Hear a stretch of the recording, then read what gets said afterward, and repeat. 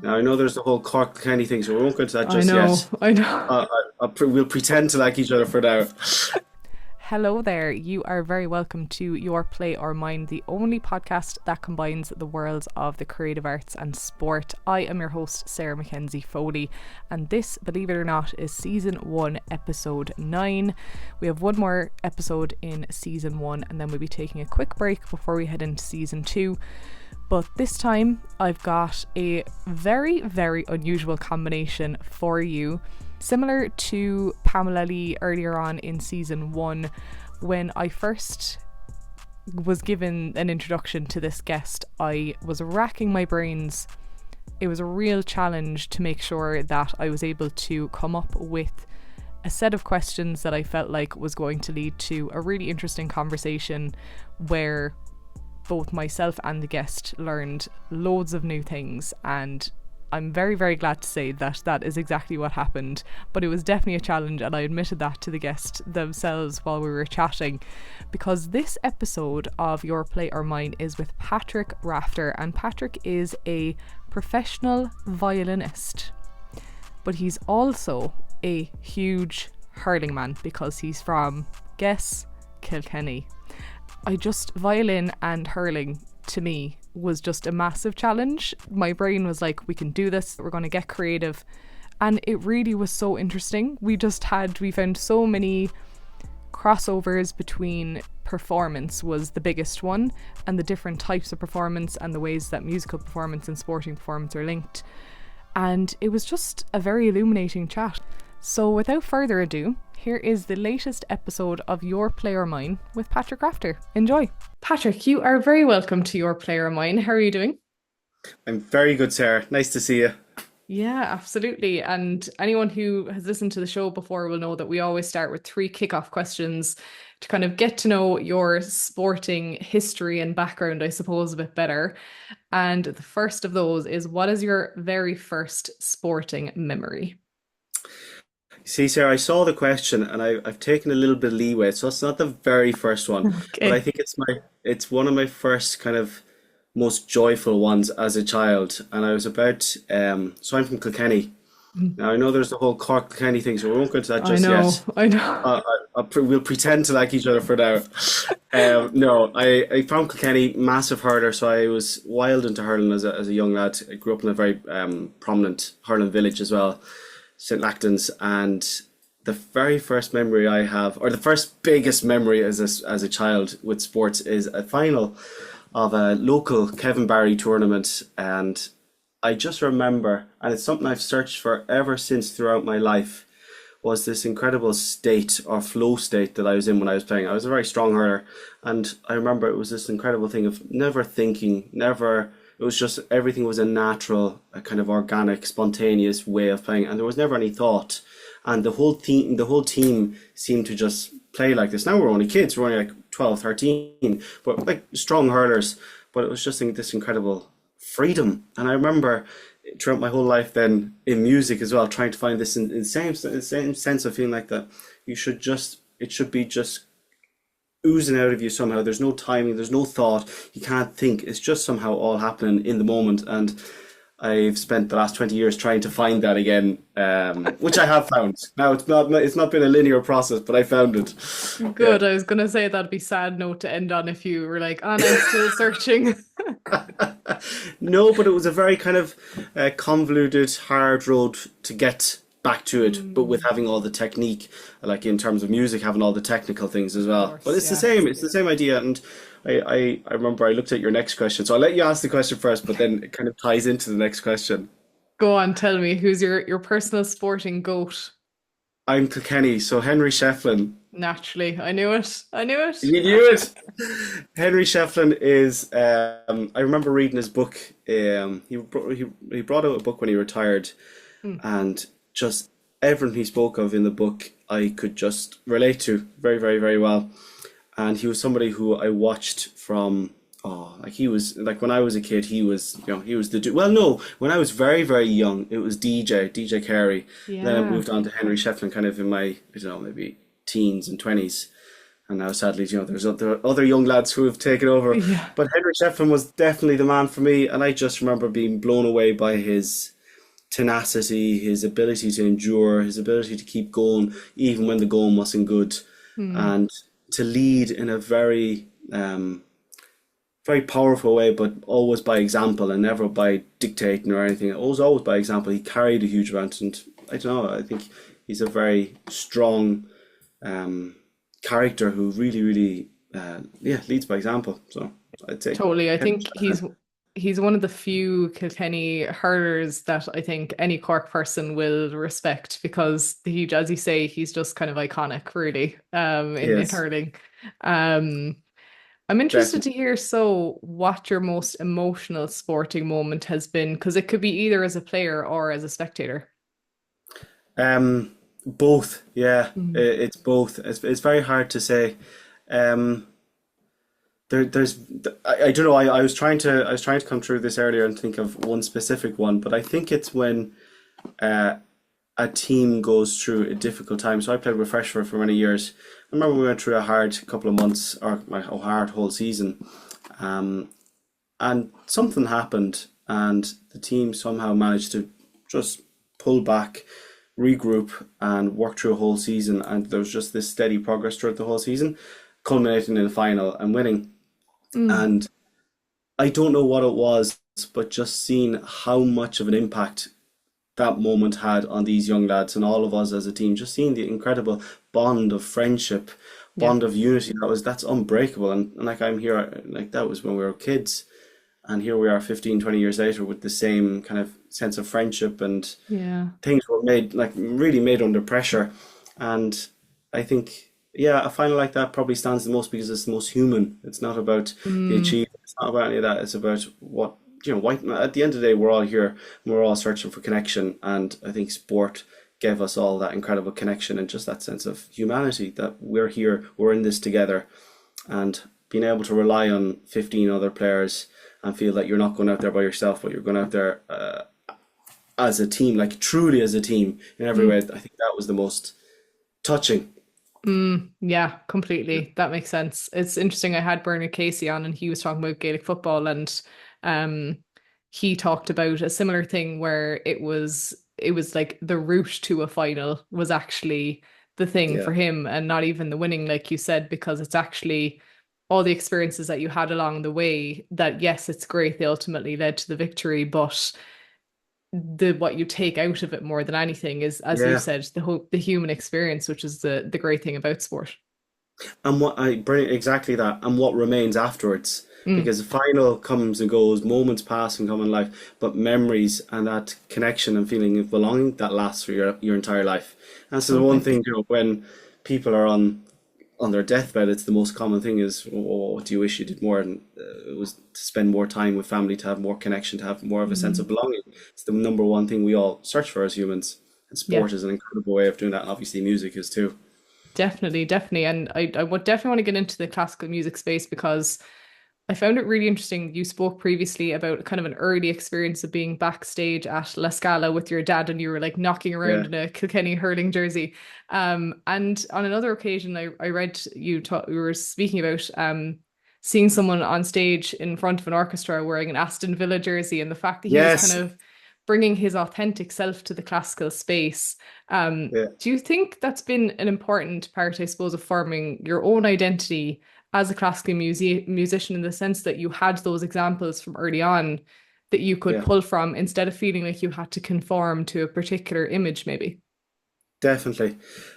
So the man with the Aston Villa is Nigel Kennedy, and I remember I was a kid. I must have been 7 or 8, and I remember sitting at home in my living room in Kilkenny, fresh from a hurling game, I might Of add, or course. hurling training or something. And my parents are both musicians. My dad's a singer, and my mum's a piano player, so music was always in the house. But my dad was very fanatical about hurling as well, and so are all my siblings. And I remember walking in to the sitting room, sitting down, and saw something on TV. Saw an orchestra, and I kind of was like, "Ah, it's a bit boring there." So I went to change it, and then just as I was about to change it across, this man walks out, like madly dressed, punk rock hair. Like it was like mad. He kind of had a mad. I seem to remember some mad hairstyle. I can't remember exactly what it was. Wearing an Aston Villa t-shirt, and he just had this incredible. Like he just sauntered out like you were walking onto a hurling field, like just about to have a puck around with puck a few balls with a few friends. Like he had that just incredible feeling walking out, and you're looking around the kind of the camera pans to the audience, and you just see like this incredible delight in all the Yeah. audience's faces at seeing this guy who's clearly just he's at home on the stage and he's just delighted to be there. And he starts to play, and it was just breathtaking. Like he was having so much fun, he was having so much enjoyment, and that joy and that love that he had for his instrument and music was infectious. The only thing I could equate to like that incredible feeling you got is the same feeling like you get on All Ireland Hurling Day, Yeah. and you have the music dan dan dan dan da da dan. Yeah. Do you know that kind of feeling you get, the adrenaline rush, and it was Mm. just like there was a whole room where somehow, like in Croke Park, like when all 80,000 people are there, like they're all there as one somehow. Mm. Somehow, they're all there for the same thing. Everyone in that concert hall was there just as part. They were all part of it. They were drawn in. They were engaged. It wasn't. Sometimes there is these walls that exist in music or in performance in general. It's not just classical music. There's walls, and I think he's a man who's broken down those walls and found a way to tell a story and connect with you. Right from the outset, literally from walking out on stage, you felt, this guy's going to tell me a good story and we're going to have a good time together. Yeah. And do you think that was sort of that had an influence then in how you approach your performances? You feel, I think, if you can see it, you can be it, really is kind of the feeling that I have about a lot of these things. Where all you need is that one example, that one role model to kind of break the mold and go, oh, I can do that as well, and it's okay. I'm not going to be, rejected or thought any less talented, for how because of how I show up.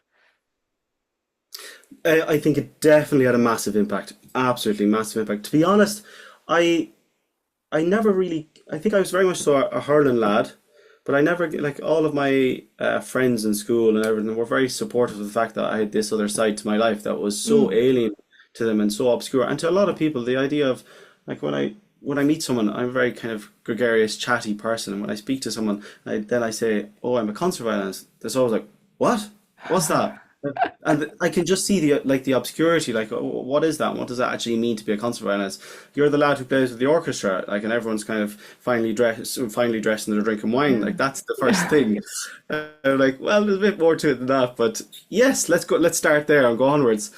But I never felt. I think I was very, very blessed. I kind of had a very strong identity and will in myself that I knew what I wanted to do, and it never bothered me if it was popular or not popular with, as a teenager or as a kid. I just knew this was something I was extremely gifted in music, in classical music, and I had this incredible ability to feel music and immediately felt a duty and a responsibility to pass that on, to give that out, and I didn't feel it.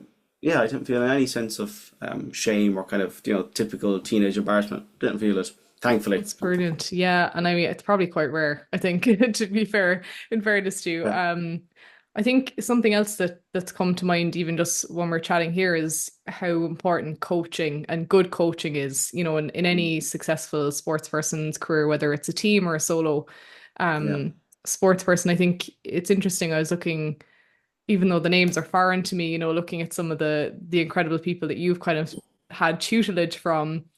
yeah. You spend so long pursuing, I suppose, perfection. But even just chatting to you now, I can tell that you're sort of not looking just to emulate others. You're looking to kind of bring your own stamp to Definitely. that. How how important then is the coaching versus creating your own lane? Like how have you kind of navigated those two things? Oh, it's a good question, Sarah. It's a hard question. Mm.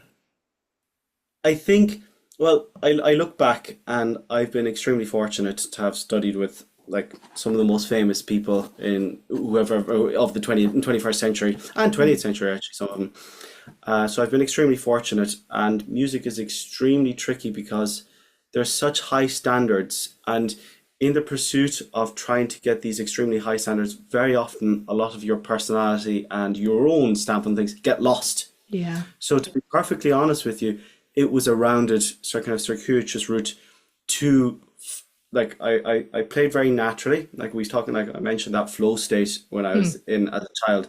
And then in my teenage years, I kind of had to learn all these really, really complex technical things. But ironically, then you have to learn them to discard them and actually Yeah. just to play again. So I can't explain it other than you have to find a way of just letting all of that go again. Mm, And sometimes when you spend so much time, and some of my teachers, would be old school, hard discipline, and like mm, violin to get to a world class level is extremely hard. So they would have pushed me, and rightfully so. Like if you want to mm, achieve in classical music, you have to be willing to put in. There's the famous 10,000 hours attributed mm, to Malcolm Gladwell for Outliers in his book, mm. and there's a bit of truth. But if you want to succeed really as like in solo categories, very often you're talking 12 or 15,000 hours of really, really hard work. Yeah. And I was very, very blessed to have incredibly good mentors, but you can lose something in just doing the same thing by rote over and over and over and over again, and Yeah. sometimes lose sight of the bigger picture. And the person actually who helped me a huge amount in this was a book by a man called Timothy Galloway. Okay. He wrote this game called The Inner Game of Tennis, Oh. and he all he talks about is the mindset, what's going on behind the scenes. In his book, there's so many parallels with all the performing arts, whether or all performances, whether it be Henry Shefflin in the All Ireland final, whether it be Roger Federer, or whether it be me on the Mm, concert hall with the National Symphony Orchestra in Dublin. They're all the same thing, and I think it was fundamentally about letting everything go, letting go of perceived expectations you have of yourself, or letting go of what you think others think of you, or think that they think that they want of you, and just letting go of all that crap and just going out and enjoying it and having fun and mm. getting into that state. I think that's the most honest answer. Totally. And I think, as you say, that applies to creative pursuits. It applies to, I mean, it really applies to life, I think. You have to not be, I suppose, led by fear, and you have to also get out of your own way. I think to do anything Yes. worthwhile, that's really and it's a hard lesson to learn. As you say, it doesn't just kind of, unfortunately we're not born with that realization or maybe the courage to kind of do it. But I think if you can find your way to it, you really you just appreciate it, I think, a whole lot more, being able to make decisions and I suppose just orient your life based on that approach, which makes a lot of Yeah. sense. Yeah. Yeah. Absolutely. Couldn't agree Yeah. more. Couldn't agree more. I think, for me, certainly, and we've talked about it already, and definitely everyone that I've had on the podcast as well, sport and the arts are two of the most emotive sort of life experiences that luckily we get to tap into pretty regularly. I think, especially Yeah. in Ireland with Gaelic games, because there's so Yeah. many levels. There's your Yeah. club and there's your intercounty, and then there's all these different kind of competitions happening. Um, and you've been kind of very open about the fact that you have a very emotional connection to music in Yeah. particular, and to the degree where even if you don't feel technically at your strongest during a performance, the emotion will kind of help you get to where you need to get to. Yeah. Can you explain a bit more about what that feels like? Because I think to me, the way I tried to compare it was to, you're on your last legs on the pitch and you just know you have to give 5 more minutes, and your soul kind of leaves your body and you sort of just Yeah. find a way. But I'd love to know from a musical standpoint, like, how is it very similar to that? It's a good question. It's a really good question.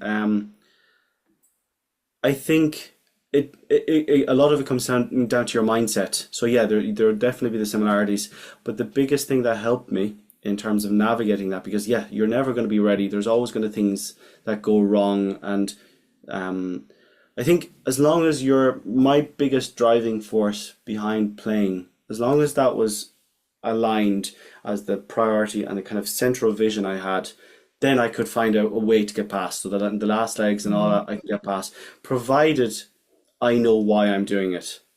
Why am I doing it? And ultimately, I'm doing this out of love, out of passion, out of joy. And I'm doing it with a sense of responsibility that there's 1,000 people there in the hall, and that people come to concerts, they engage with music or with sports out of love, and it brings them out of their head, out of mm, anxiety, out of their problems, out of all their life is tough. Like there's a lot of difficult things always happening in life, and they're in a concert, and the beautiful thing about in that moment is that nothing else matters, only that. And in All Ireland final, nothing else matters in the whole world, only that in that yeah. moment. And that's the power. Like like how often are we on our phones, kind of just wasting time, running away from things, and not living in the present moment? Whereas music and sport have that incredible power. So my priority when I'm on stage is that no matter what's going on, I'm thinking like I'm doing this. I've been blessed with a gift. I feel responsible to give that gift to people, to give that people that sense of peace and joy and love and everything else, humor that music can bring. And there's 1,000 people here with 1,001 problems. You know, that's only saying each person has one problem, and I have a responsibility to bring them something special right now. And I know I can do that. So I'll give everything in the moment for that. Mm, that's wonderful. I love that. It is definitely, it's a gift, isn't it? Like that's just, it's incredible to be able to do that. Um, Slightly taking a negative turn here now, but I think it's Yeah. it's an important one to talk about because as we said, there's always setbacks. Oh Um, yeah. I think something that I wouldn't have equated really to classical music is like injury, especially at a young age, because I think obviously over time you're going to get strains and muscles will get fatigued and things like that. But you had kind of an unusual situation with an injury back in, I think it was 2017, Yes. that I'd love for you to kind of share just kind of what happened first of all, and then we can maybe talk about how you went about addressing it, because I think it's literally exactly the same way a high performance athlete Yeah. would go about the same thing. Yeah. It was, you're right. It was St. Stephen's Day, 2017. I remember I had a concert in Kilkenny sometimes a couple of days before Christmas, spent Christmas in Kilkenny with my family. And the next day, there was a soccer tournament down in my local club. And I'm not a great soccer player, but I went down anyway and joined in. And it was like, five-a-side Yeah. tournament, just blitz short teams, short rounds. And it was a foggy, cold, freezing cold day. And I remember somebody tackled me, but nothing came of it. And a few moments later, I had an awkward fall. And I remember just putting out my arm awkwardly like that, feeling a little pain, thought nothing of it, went on and played the rest of the couple of games. And that was freezing cold, so literally I couldn't feel my arm. Like it was that Yeah. numb cold. So anyway, I had that. Anyway, went home, showered, and suddenly started to get a pain, starting kind of down in my fingers, going up my arm, and slowly, kind of as the day wore on, kind of getting more and more up onto my shoulder. And this was the madness then.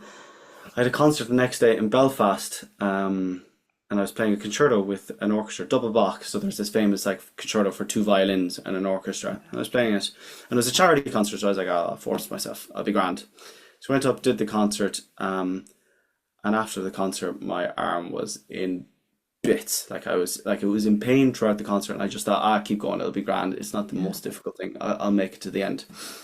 In hindsight, I shouldn't have, but anyway, that's a different story. And then over the next 2 days after that, the pain just got worse and worse. Like it was searing all the way up into my shoulder. Eventually went to a specialist, and turned out I somehow damaged the nerve, tore this tendon, and bruised this scaphoid bone in there out of nothing. What was the most Yeah. innocuous of falls. And oh, Sarah, the next couple of months after that were tough. I can tell you that.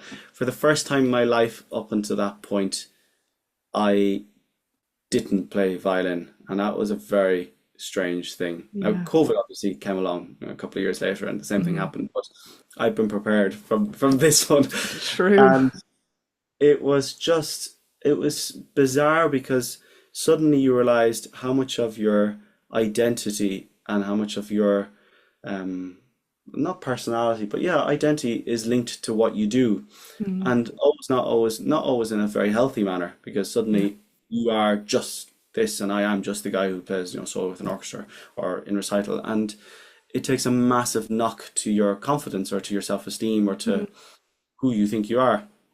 And it, I think in hindsight, it was one of the greatest ever things that happened for me, because it suddenly forced me to kind of somehow separate them, Mm. like my identity as being me as a person and who I am, and as a husband, as I wasn't married then, but as a son or as a brother, as a boyfriend, whatever I was, as a friend and as a child of God, as a human on earth, Mm. and somehow then make this part of it and integrate it in a very, very healthy way. So the process, so that was brilliant. And in hindsight, that was an incredible thing. It wasn't nice at the time, but it was an incredible thing. The process of recovery was abysmal Yeah. because I remember about 3, 4 weeks. So I went to not a chiropractor, a specialist in Switzerland. I was living in Switzerland at the time. And I went to her maybe 2, 3 times a week, just starting to work on it. And violin, so it was my left hand, unfortunately, Hmm. not my right. Left hand, the one that you do all the fancy stuff with your fingers. And violin is extraordinarily high level. Like to play concertos with an orchestra, like I can't tell you how high of a standard you need to be at, and dexterity wise, health wise, Mm. anything the slightest that drops and forget it. It's like trying to, I don't know, play international football with a bad ankle or a cruciate Yeah. or something like this. You just can't. It doesn't work. Mm. And the first, I would say, 6 to 8 weeks, I was just picking up a violin and putting down a finger a few times, and after a couple of seconds, just shooting pains back up the arm again. Yeah. And it was just soul destroying because you're thinking, well, that's 20 years of work wasted. I know. God. Um, but I persisted. I was like, Mm. I'm just going to keep doing it, and all I can do is do my very, very best. I kept putting in the work gradually over the space of, I'd say, 2 to 3 months. I slowly gained some dexterity back, and that was all going grand until then. I hit a massive wall, and that is the psychological wall of having had Mm. an injury, your fear, and that kind of suddenly you doubt yourself and you question everything, and Yeah. the whole psychosomatic pains come into it. You suddenly think, oh, that's it, that's the pain back again, and Yes. suddenly you just go down a massive rabbit hole of doubting yourself and not questioning if you're able to do it. So it in hindsight, it taught me a huge amount about trying to overcome the mental obstacles and the high pressure that you face as a performing artist. Or in the same way, when you're on the hurling field in the final, suddenly, that free from 45 yards out is a lot harder than it was when you were by yourself on the pitch. Like it's an entirely different thing. But that Yeah. psychological stamina and strength, I think, was gifted to me in those 4 or 5 months, and it worked for the better because then there's always things that go wrong later on in life. Like I don't know, you have a little tiny bad cut or something, or you have an awkward fall again, or something small, or other Mm. things great go wrong, and you know how to manage it.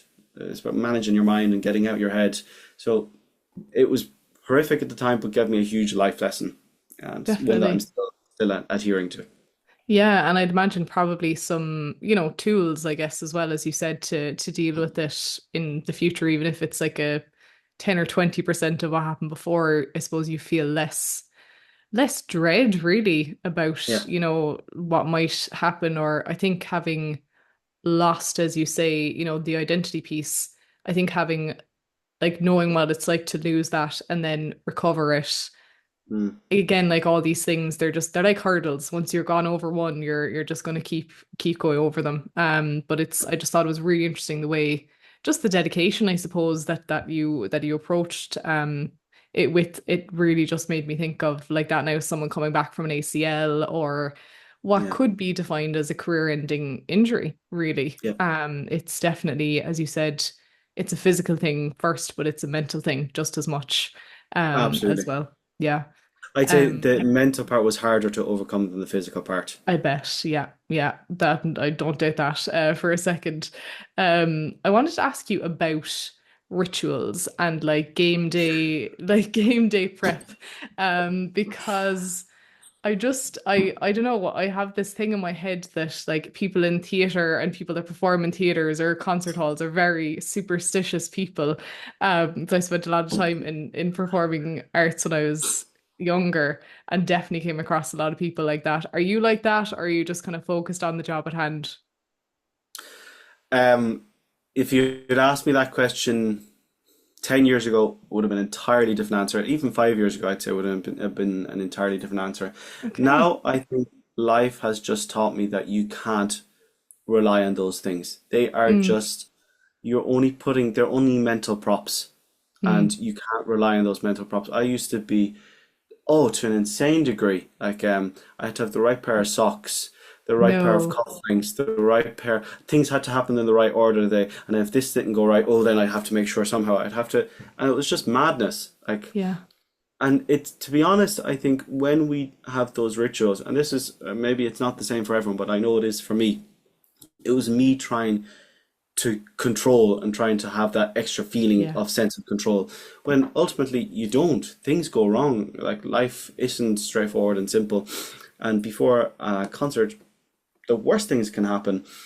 And I remember one event particularly that really proved and drove this home for me. Now, I didn't manage to make it adapt and make my life non-ritual based at all after that, but I remember it happened. I was doing a competition, and a, about 4 or 5 hours before I was due to play, it was the final.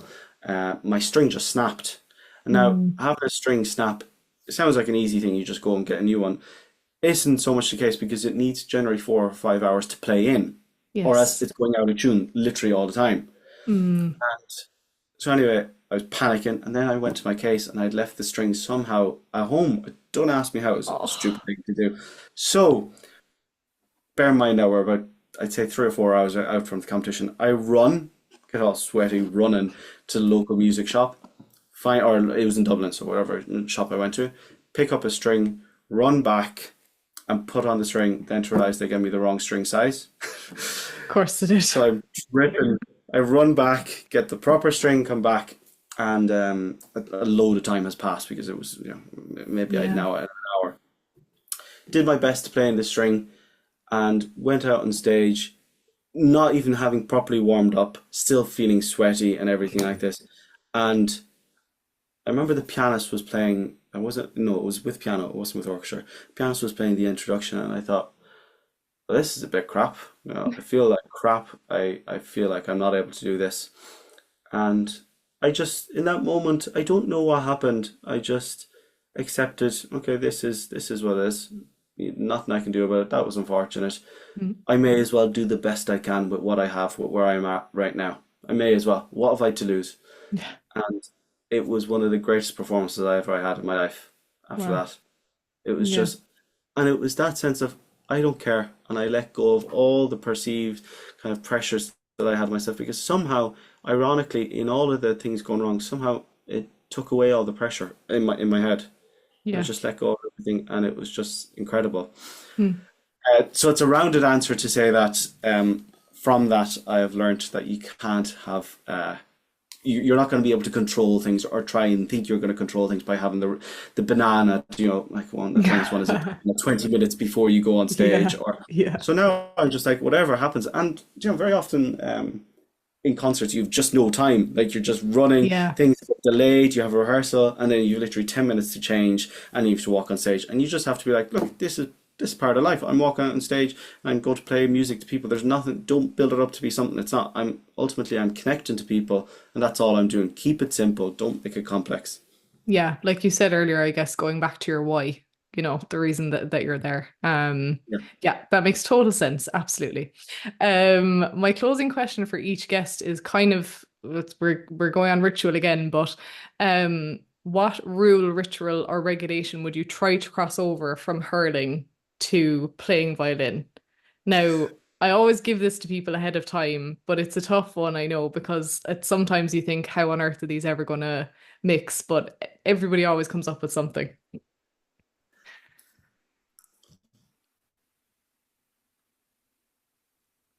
Only one.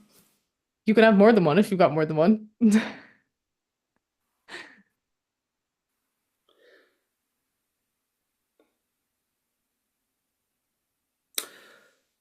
I think I would quote my father actually on this, Okay. and that is that he would say regarding music or any high level sports is it's not about you. Mm, And I think very often our egos can get in the way, and all the pressures associated with that then obviously ties up into it. And ultimately realizing that this isn't all about you. Like you playing, even though you may be the main star, you may be the Henry Shefton, or you may be the guy playing the solo with the orchestra. It's not about you. yeah. It's about us as humans. It's about us, everyone walking into that room with a million and one problems. It's about the mystery and the magic that happens in that moment. That's what Mm, it's about. And yeah, that would be Oh, my. I love that. We haven't had anything like that yet, so I think kudos to your dad for for coming up with that one. That's great. I know as well that you've got a an event coming up very soon, so I want to make sure Oh that I yeah. give you a chance to chat about that. It's the Marble City Music Festival. Yes. So Marble City Music Festival is a festival I started in Kilkenny, but I've started to bridge out and have kind of connecting concerts in Cork, and there's some planned for Dublin next year. So the festival runs from the 28th of November this month until the 6th of December.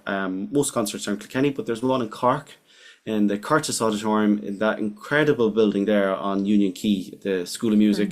Brilliant. Yeah, That's on Friday, 6th of December, and I'll be launching an album I did with a pianist, Fiachra Garvey, an brilliant. incredible pianist. So we'll be launching that album at the concert as well, and kind of performing most of the works from the album. Brilliant. Very exciting times ahead. Yeah, that's a gorgeous building there, the School of Music. It's definitely, if people have any interest at all, definitely go and check those out. And where can people find you if they want to find out more kind of generally about your work previously? So I'm on Instagram and Facebook. You could give me a follow there, or give me whatever it is, a like, sorry, for Facebook. Instagram follow. I have a website which was terribly, I got locked out somehow of it. I don't know how, but anyway, it's been sorted. So website, patrickrafter.com. It's actually been updated literally now as we speak. Oh, amazing. Brilliant. The timing is Yeah. excellent. Yes. We're going to leave it there for this episode, but it's been absolutely enlightening and brilliant chatting to you, Patrick. Thanks so much for taking the time to come on. Thank you, Sarah. It's been lovely chatting.